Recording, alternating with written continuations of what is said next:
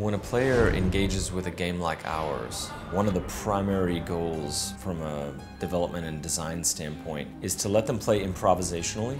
The way that we allow for so much player freedom, the play your way philosophy as we like to call it, is that your game will inevitably be a hybrid. All movements are linked. Everything has a purpose. It's all connected, you see. Because you allow the player to do whatever he wants, he needs to be able to sneak, he needs to be able to fight, he needs to be able to steal, to look through keyholes, climb, anything the player can imagine. We try to give the player enough flexible verbs, basically, and whenever possible we give them non-combat actions that just let them play at their own pace. It's not just about going left, right, over the top of the building, possessing a fish and swimming along in the river. All of those crazy things you can do using combat or stealth or being very violent or not killing anyone.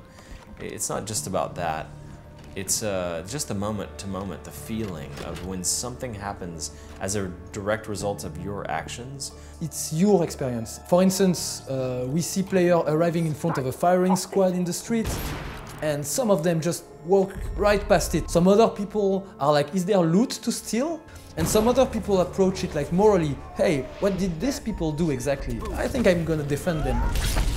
We are really attached to our character because we meet them in a lot of situations. We attached a lot of attention to create characters that feel real and from this city. Dishonored 2 is not just about the depth of the world and the atmosphere of the setting. It's really a stealth game. Compliance is mandatory. You can either use the stealth a little bit to like sneak up on somebody and take them out, or you can try to play the game without anyone seeing you at all. Clearly, stealth is a key pillar of Dishonored, and it's still, of course, a key pillar of Dishonored 2. For instance, shadow walk, you can take this like shadowy, inky form and use it as a stealth power, but it can also be used to kill people. But we've added many more non-lethal options as well. Drop assassination was very popular before, but now you can land and knock them out. We've added a combat choke that allows you not only to like break out of combat and non-lethally subdue somebody, but you can also use it to drag them around, use them as a human shield, throw them at an enemy. So there are just many more options just in the basics of combat and subdual. I'm not sure I'd call it mercy. If you just want the cathartic experience of chopping dudes' heads off and shooting them in the chest, you know, dropping on them from the top of a building, taking out as many corrupt guards and aristocratic weasels as you want, Dishonored can definitely be approached that way. For Dishonored 1, we had the Outsider mark you, giving you supernatural powers. It burns from the inside. When the Outsider offers you his mark, this time in Dishonored 2, you can say no. No.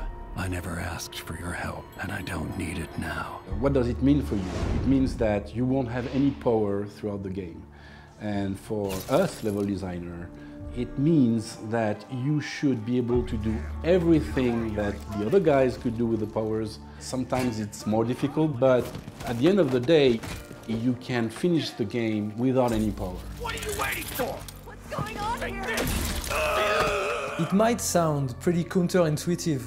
As a designer, you build all those like fun, original, sometimes very complicated to actually implement systems.